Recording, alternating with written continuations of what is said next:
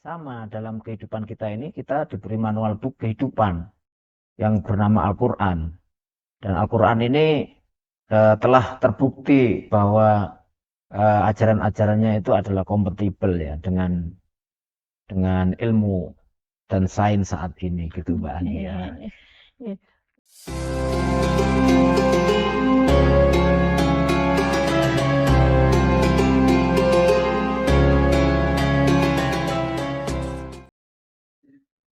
Bismillahirrahmanirrahim. Assalamualaikum warahmatullahi wabarakatuh. Waalaikumsalam warahmatullahi wabarakatuh. Sobat FTIK yang berbahagia, Alhamdulillah hari ini kita kembali dalam salah satu tayangan FTIK, yakni podcast FTIK Progresif. Buka pikiran, buka hati, meraih ridho ilahi. Sobat FTIK yang berbahagia, pada kesempatan kali ini kita akan membahas tentang makna nuzulul Quran. Ya, dalam kesempatan kali ini saya sangat bahagia karena ditemani oleh beliau yang luar biasa, yakni adalah Profesor Dr. Haji Suwito MAG. Selamat siang, Prof. Selamat siang Mbak Anggityas. Oke. Bagaimana sehat? Alhamdulillah, bagaimana kabarnya, Prof? Alhamdulillah sehat-sehat semuanya. Prof, jadi ini suatu kehormatan saya bisa menemani Prof Suwito hari ini. Iya, sama-sama.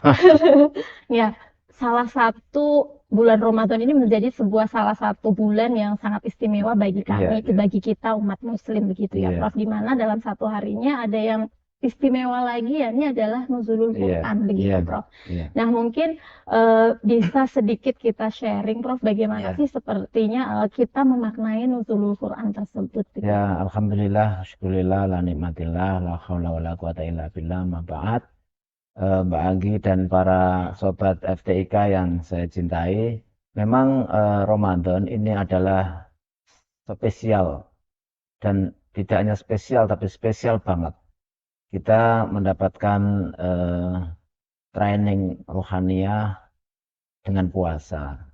Selain itu kita juga mengenang turunnya Al-Quran.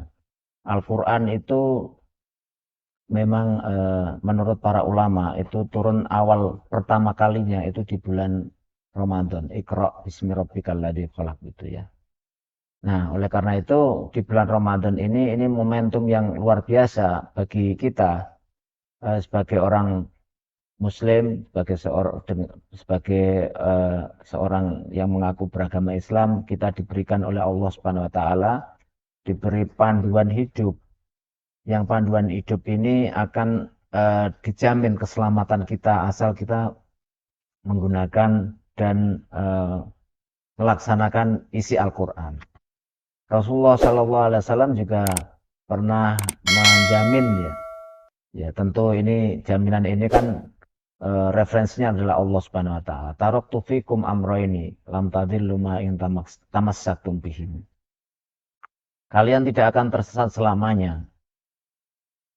Dengan aku tinggalkan dua hal yang kalau kamu lakukan itu kamu tidak akan tersesat selamanya.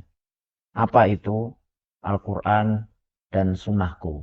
Nah, kan begitu. Jadi Al-Quran ini di dalamnya memuat fitur-fitur, selain fitur keamanan, itu fitur keselamatan. Fitur keselamatan diantaranya orang ketika menjalankan perintah-perintah Allah dengan cara yang benar, ini akan dapat selamat dunia akhirat. Jadi ibaratnya kalau Islam itu ibaratnya itu memang kayak mobil canggih yang di situ ada fitur-fitur keselamatannya. Fitur keselamatan itu kalau kemudian dilakukan dengan cara yang benar, ya berarti orang itu akan selamat. Nah, inilah sebetulnya fitur-fitur yang perlu digali atau perlu diimplementasikan atau perlu dinonaktifkan atau harus dilakukan, itu berarti dasarnya itu Quran. Quran itu seperti manual book dalam kehidupan kita sehari-hari. Contoh umpama kita beli barang elektronik baru itu biasanya ada manual booknya supaya kemudian selamat dalam penggunaannya. Sama dalam kehidupan kita ini kita diberi manual book kehidupan yang bernama Al-Quran. Dan Al-Quran ini telah terbukti bahwa ajaran-ajarannya itu adalah kompatibel ya dengan ilmu dan sains saat ini gitu Mbak Ania. Iya. Berarti sangat luar biasa sekali nggih Pak, Masya Iya, Allah. iya, Al-Quran ini menjadi pedoman bagi iya. kita sebagai umat Nabi, bagaimana menjalankan kehidupan ini, bahkan sampai bekal nanti ketika kita di akhirat gitu Iya, nggih iya, Prof. Masya betul, Allah. betul. Nah, permasalahannya kemudian adalah bagaimana Prof cara kita melakukan atau mengimplementasikan nilai-nilai dalam Al-Quran ini sehingga kita sebagai Iya, umat Nabi bisa mendapatkan keselamatan di dunia wal akhirat iya. gitu. Ya, di Quran itu kan ada konsep tentang ketuhanan ya. Berarti kalau di dalam Al-Quran jelas konsep ketuhanannya itu kul huwallahu ahad. Berarti kita punya keyakinan hanya satu Tuhan, yakni Allah Subhanahu wa taala. Jadi ini contoh implementasi dalam tauhid ya, berarti kita iman dan yakin bahwa Allah adalah Rabbul Alamin. Itu jelas ya kan? Itu tauhid. Kalau kemudian berkaitan dengan muamalah, muamalah itu adalah eh, kita bergaul dengan orang lain. Contohnya umpama dalam Al-Quran itu disebut, contohnya umpama berkaitan dengan cara kita bertamu. Nah, gitu kan ada juga fitur tentang bertamu itu loh ada gitu. Contohnya ya itu ya ayyuhalladzina amanu la tadkhulu buyutan ghairu buyutikum hatta tasta'nisu wa tusallimu ala ahliha. Umpama begitu ya. Wahai manusia atau wahai orang-orang yang beriman, ketika kamu itu masuk ke rumah yang bukan rumahmu, kamu harus minta izin dulu atau kemudian salam. Minta izin dulu dan salam. Ketika kamu di apa namanya? Ketika menjadi tamu, menjadi orang yang masuk ke rumah orang orang lain. Contohnya kayak gitu. Itu contoh dalam bermuamalah. Dalam bermuamalah itu banyak sekali contoh-contoh yang kemudian bisa kita implementasikan dalam kehidupan sehari-hari. Dalam masalah contohnya berkaitan dengan menghadapi, contohnya umpama kita itu mendapatkan berita, itu kan juga harus tabayun dulu. Nah, itu contohnya ya, tabayun. Tidak kemudian kita serta-merta mendapat berita itu kemudian langsung kita telan mentah-mentah dan kita tidak seleksi eh, berita itu sehingga menjadi berita yang merugikan ya bagi kita atau bagi orang lain. Nah, makanya fatabayyanu. Itu ketika ada seseorang yang membawa berita, apalagi orang munafik yang membawa berita, itu kemudian kita harus tabayun dulu dan kemudian kita coba seleksi apakah benar apa tidak. Sehingga ketika tidak benar ya kita tidak usah sebarkan, tidak usah kita share gitu ya ke sana kemari sehingga itu akan merugikan kita dan orang lain. Itu contoh implementasinya begitu ya. Begitu ya. Jadi dalam berperilaku ya kita seharusnya berpedoman Iya, dalam Al-Quran iya.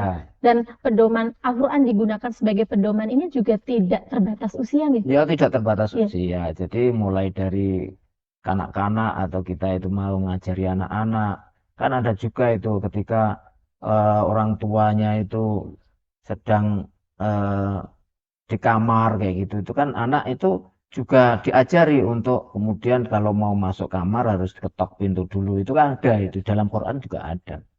Walaupun anak belum balik.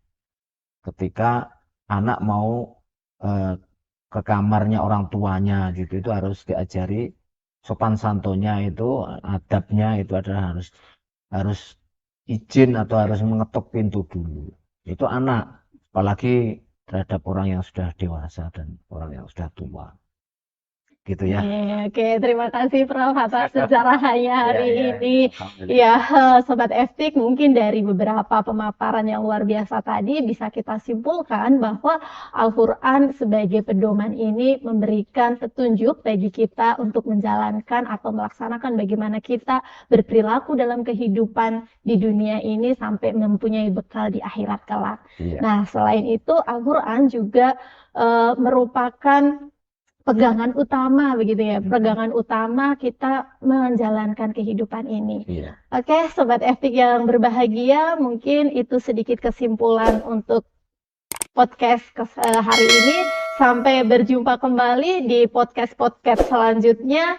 Salam podcast Etik Progresif, buka pikiran, buka hati, meraih ridho ilahi. Sekian dari saya, terima kasih Prof. Suwita atas waktunya, dan wassalamualaikum warahmatullahi wabarakatuh. Waalaikumsalam warahmatullahi wabarakatuh.